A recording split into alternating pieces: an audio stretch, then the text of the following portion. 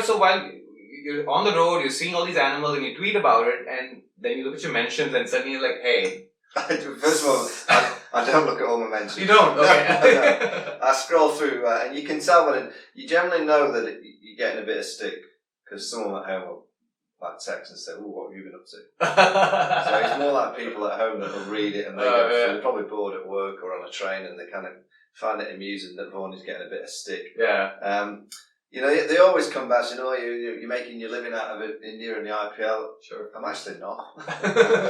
I'm not. I enjoy cricket. I have other aspects of life that I'm involved in as well. But I actually came this year more for a holiday. I brought the family on holiday. Nice. And then obviously around the IPL, around Cricket Buzz, it kind of fitted in great. But we love coming to India as a family. We come. This is the first time with all of us, but we came last year with my little boy. He plays a bit of cricket. My wife absolutely loves India. She finds it very relaxing. She likes the hustle bustle. She likes the noise. She likes a little of the drama. She likes travelling around. She likes the people. She just likes everything about India. So it's always quite amusing when they get stuck into it. So we actually like your country. Yeah, I mean, I see, and sometimes I see what you're trying to say. Like, for example, when you say, hey, the games are too long. And I agree. I think 12:30 at night is no time for a T20 match to get over. It's just too long. You've got to be careful that, T20 cricket, whenever it came about 14 years ago, was for quick. Yeah. Quick format, razzmatazz, get a load of kids involved, families could understand it, easy to kind of get along, easy to understand who the winners are. Short window of 4 or 5 week tournaments, someone raises the trophy, fantastic. Right. I get commerciality. I'm in the commercial world as well, so I understand that you need sponsors, you need strategic timeouts, but do you need two? I don't think you need two. Yeah. And it's more the aspect of play on the pitch. Yeah. I just think it's too slow. Yeah. Because it's become so strategic, captains and bowlers are taking so long to set fields, and whether they're under any kind of guidance, the umpires from above, I'm not too sure, but it doesn't look to me like they've got the power here, like you do in the international game, or back home, or some of the other leagues around the world, that the umpires said to get on with it. Yeah.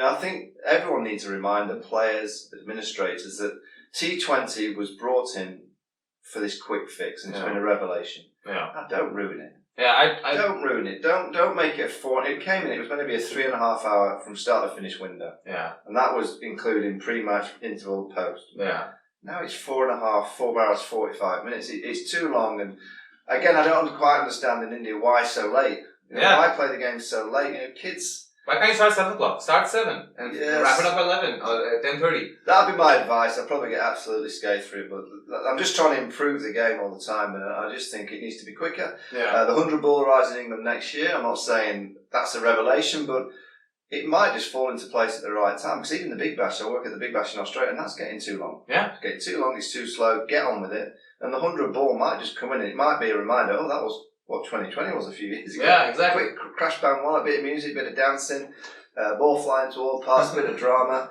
and before you know it, the game's over and someone's won. Fantastic. It's almost like from when I was a kid, and and I'm sure we're not that far apart as far as age goes. Test match was the only thing. And we started with test matches. Okay, let's go to one days now. In the 80s, really, in the early 90s, and with Sachin Tendulkar coming onto the scene, India was like, okay, one day is where it's at.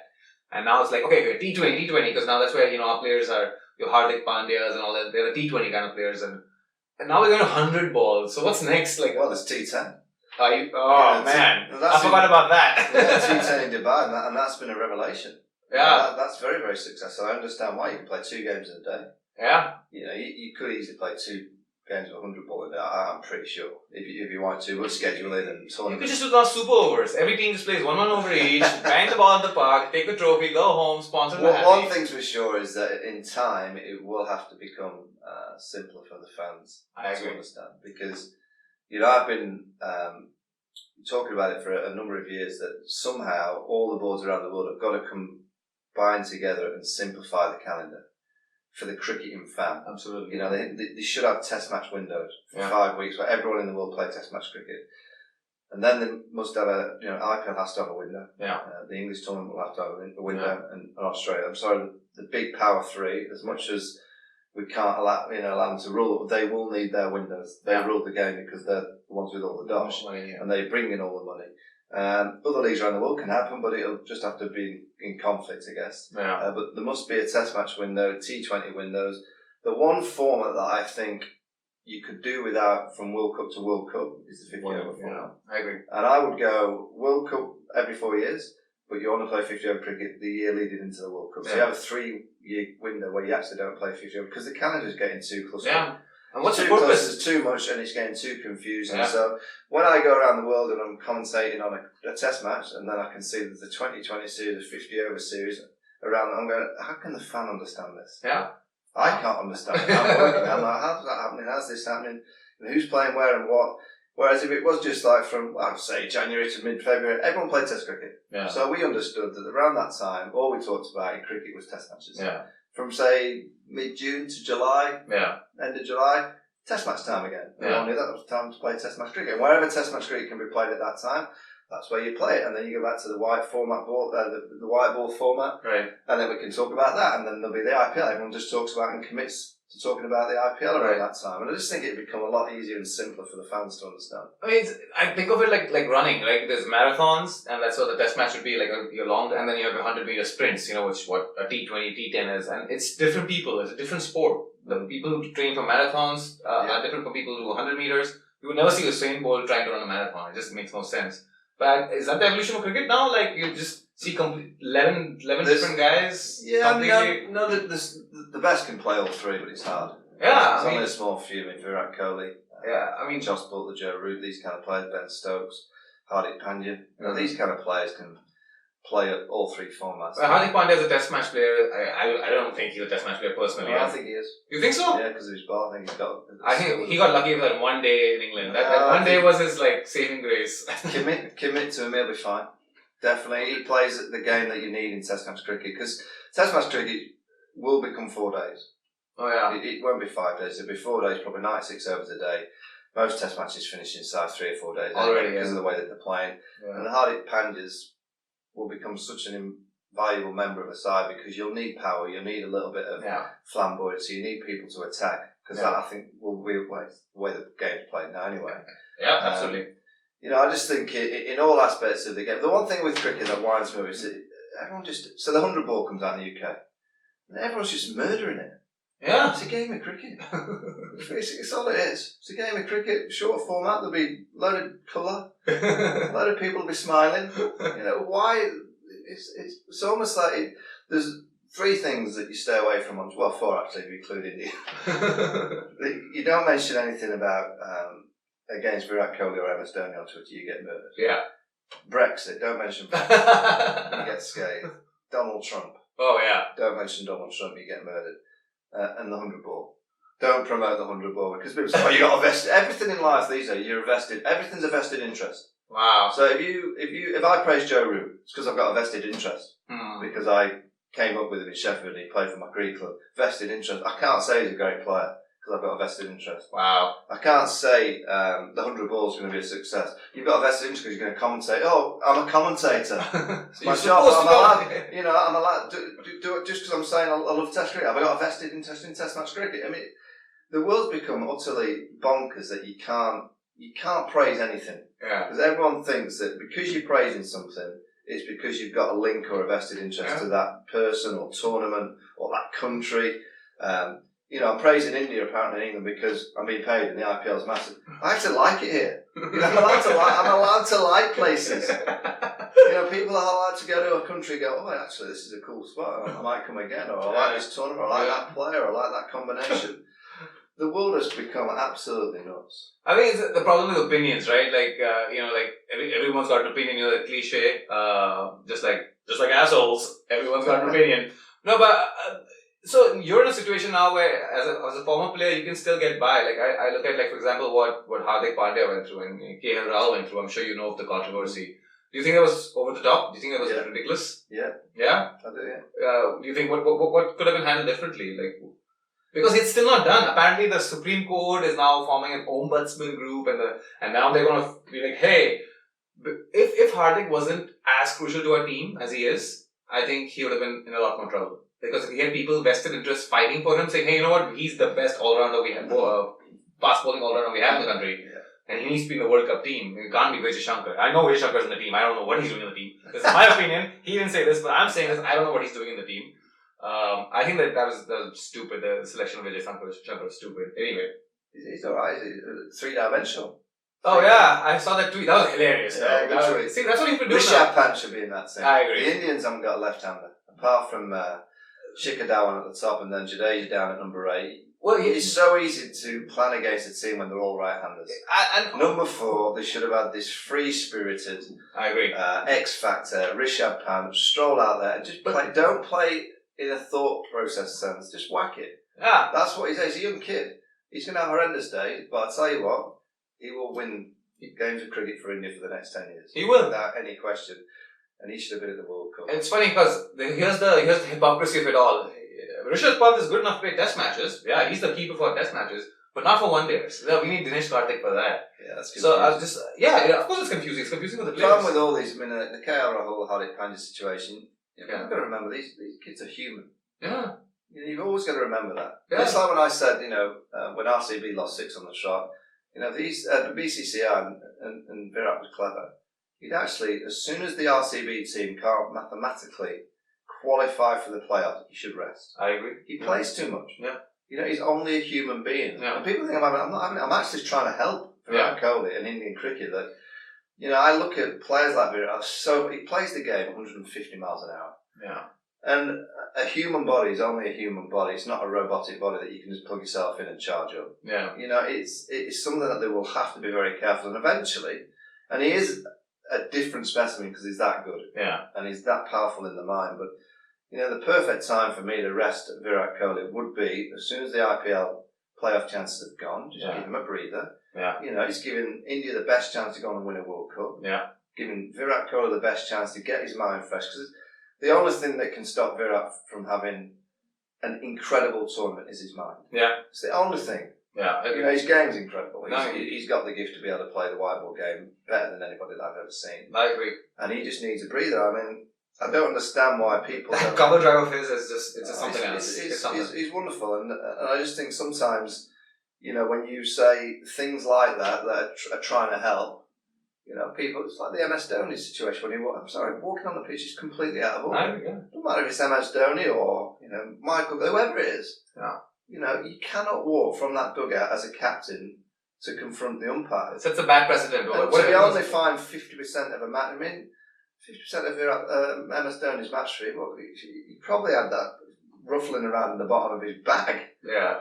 I mean, it's not, and these kind of things is what I look for. That the IPL is the best T20 tournament in the world, but you've got to be strict. If players do the wrong thing, doesn't matter who they are, you've got to have a disciplined policy. Yeah. That says, I'm sorry, that is out of order. And send the message, because it's sending a message to kids. Yeah. And it's sending to all girls and boys that are setting out to play the game. It's about what you could argue the greatest Indian captain of all time did on that one occasion. He made a mistake.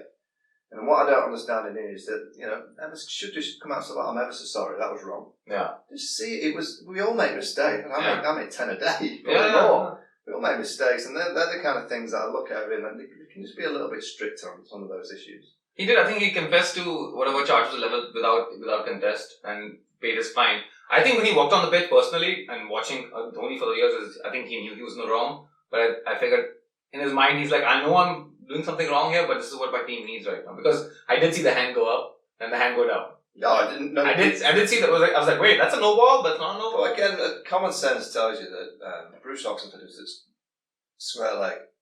He's got the seat to be able to see. Sure. And if they're not sure, just go upstairs. Yeah, just do this thing. I mean, what's another 2 or 3 minutes in the IPL? Yeah, that's fine.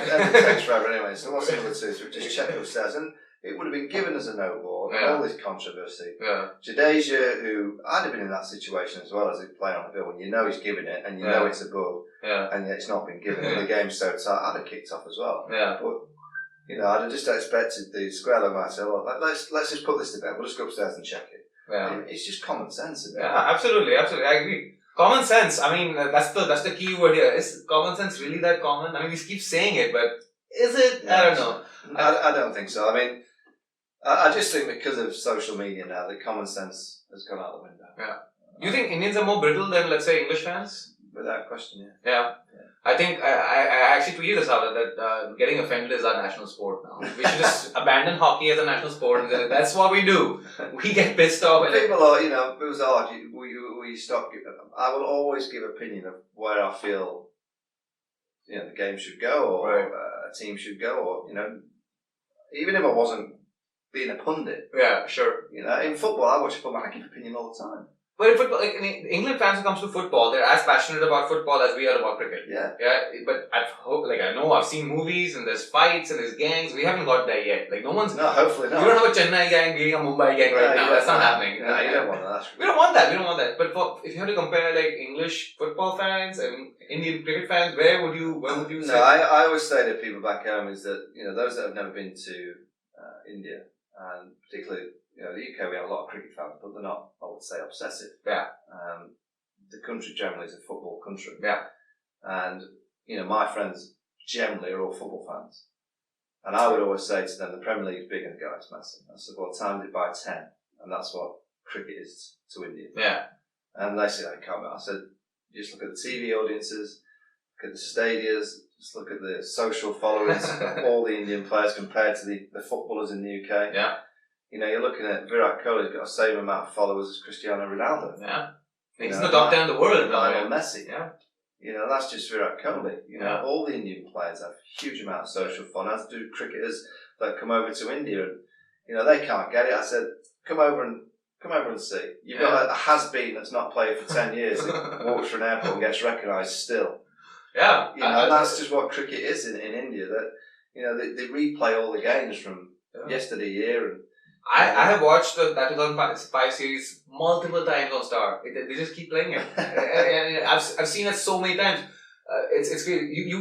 So you get recognized all the time in India? Yeah, you do. Compared that I mean, it helps that you come here and you do a bit of work and your face gets seen, and obviously you say something that's a little bit controversial, they deem it controversial, and it gets travelled through the papers and on social media. But you do have this thing about yourself, I do want to express myself. I like this fear of, do you ever type a tweet out and be like, no, it's just too much, delete. No, I mean, I generally have a rule that I try not to tweet when I've had alcohol. That's a good rule of thumb, guys. Or certainly after a few, or if I'm going to tweet when I've had a few drinks, you know, stay clear of those full subjects that I mentioned earlier. Or a hashtag is like, hey, bye guys, I've had 3 drinks, so don't get mad, ... and then... Yeah, I mean, it's, that's number one. But it's you, isn't it? I think sometimes on Twitter you can see that some personalities are clearly, their accounts are run by the management. Yeah. And it's just bland. Yeah. You're looking at give over. Oh, Virat's that for sure. Virat's just branded If you're going to be on social media, be you. Yeah. And I will always accept anyone that's going to abuse me if they're them. So if I can see on their Twitter handle that it's them. Yeah. If it's some BC51582, like, piss off, blocked. Yeah. You know, I'm not having someone abuse me. I don't know who it is. Yeah. I don't care if it's my dad on Twitter and he's abusing me. As long as I know it's my dad, I go cool. Yeah. But I don't want someone hiding behind a fake handle. Yeah. No, I be you. Yeah. I'm me. Yeah. And I'm getting stick or I'm giving an opinion. And the other thing is don't, you know, I get people who are on social media, I get abused all the time. So, have you given an opinion? I've given an opinion. Well, not everyone's going to agree with it. Yeah.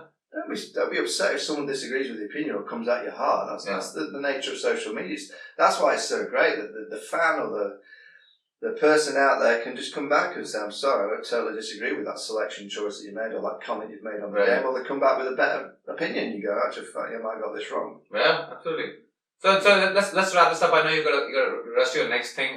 So real quick before you go, this is again controversial. Now the World Cup's around the corner. I'm excited. I know you're excited. Yeah. You'll be doing the commentary. Yeah, in the UK. Yeah. I won't hear you here then.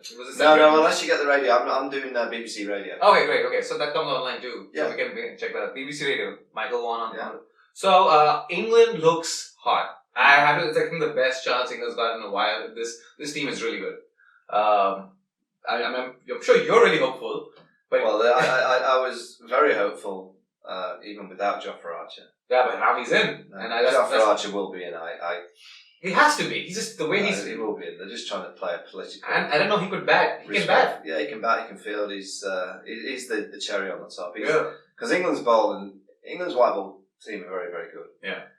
But the bowling unit has got used to defending 350, 380.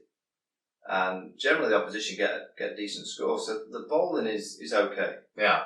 Rashid's outstanding. Yeah. O'Reilly offers a bit. Yeah. The teams are pretty good, but I wouldn't say they're incredible as a bowling unit. Yeah. You know, I don't see them defending 270. Yeah, I agree. So it does come down to the batting unit. But with Jofra Archer, yeah, I think they can defend 270. He's kind of like the Malinga of what Malinga was for Sri Lanka. He's a cherry on the top of the cake. He's good. He's well, good.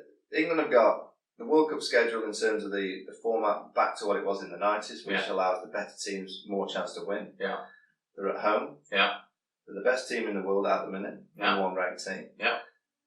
Basically, the last 3 or 4 years commit everything to winning this World Cup. So it would be a disaster if they don't. Yeah.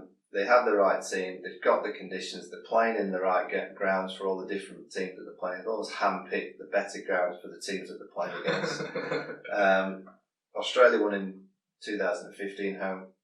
India won here in 2011. I see where you're going with this. Well, I'm telling you, this group of England players, they'll never ever get a better opportunity to be legends. They've got the World Cup and the Ashes in one English summer. Yeah. There's no World Cup football. There's no Euro Championships football. Yeah. You know, so they're going to be pinnacle. Yeah. For a period. It's not on terrestrial TV, but highlights will be. On social now, you get everything, so everyone will be knowing about these players. Yeah. They can't miss this opportunity. I don't want to put them under any more pressure, but they can't miss this opportunity. Yeah. Now, we knew in 05 that we were doing something special. Yeah. And I was more nervous the last week because I knew it might not come around again. Oh, wow. I knew we might never get that chance, particularly to get that kind of euphoria, that kind of exposure. Yeah. And to beat a team. We were never going to play that team again in England. Yeah. You know, it was our moment. You had to get over the line. And I look at this team now, and they have to take that opportunity. Yeah. They really do. Not to add more to it, but I totally agree. I think that's the best chance. I think in my lifetime, I woke up to cricket in 1992 when I saw Imran Khan win the final. I think England has the best team for a World Cup since then. It's my personal opinion. I think Australia, they just don't lose. They've won like 8 games in a row all of a sudden. Yeah, the Aussies will be dangerous. They've kind of come up the rails this last few months. 6 months ago, I gave them no chance. Exactly, and suddenly they beat us. Justin Langer and Ricky Ponting in there as well. They're going to be very competitive. Pakistan never ruled them out. India. I'm ruling Pakistan out personally. I just never rule Pakistan against India, yes, but outside against other teams, I just don't see them consistently performing. They won the Champions Trophy 2 years ago in England. Yeah. They arrived in England. I remember that. Exactly the same. You've got to remember against the Aussies, they didn't play the team. The rest is 6 players. Yeah. So Pakistan will be dangerous. New Zealand will be consistent, but generally semi-finals max, you would say. South Africa look like they're struggling a bit. Yeah. India, the problem with India is it's the batting that worries me. The batting is so top heavy. The top 3 are outstanding. I don't know if you can chase 340s. Well, I mean, the key to it is Dhoni for me. Dhoni is everything about the middle order. And then if Dhoni doesn't get, and we have guys like Kedar who's proven again and again that he can do it, but he's not like he doesn't come out strike at like, oh, he's a match winner. I agree with you there. That is top heavy. The top 3 guys don't score. Where it'll suit India, Pakistan, well, the pitches will be dry. Yeah, there's no swing at all, huh? I mean, what happened? What happened to England? Where did the swing go? Changed. Directive from the ECB was to make our one-day cricket pitches flat. You only have to look. We're in April. It's freezing cold back home. Oh, okay. The one-day county tournament started yesterday, and 300s were hit easy. Yorkshire hit 379 from being 17 for 3. Oh, wow. So all the talk of English conditions, the ball does not swing in England. Good for Rohit Sharma, you're going to score a lot. The ball might nibble a little bit if it's moist and a bit of overhead, might for a little bit. Yeah. It'll be flat. It'll be spin, it'll be skillful seam bowlers, and there'll be massive scores and big 100 scores in the World Cup. That's what we want to see, right, as spectators. No question, that'll be the case. Screw the bowlers! Who needs them? Just put the machine in there, let the players hit the ball in the stand. You don't need them anymore, right? Thanks so much for giving us your time. This has been a pleasure talking to you, and I know I just randomly showed up at your hotel and like, hey, let's do a podcast, and I really appreciate no problem. Alright, guys, catch you next week. Michael Vaughan once again, and fingers crossed for the World Cup. I mean, I know I'm rooting for India, which obviously, and I'm sure he's rooting for England. We'll see what happens. Maybe it'll be an England-India final. Could be. And I'll tweet at you, and then we'll start a Twitter storm or whatever that's called now. England will win. Let's see. See you guys. Bye.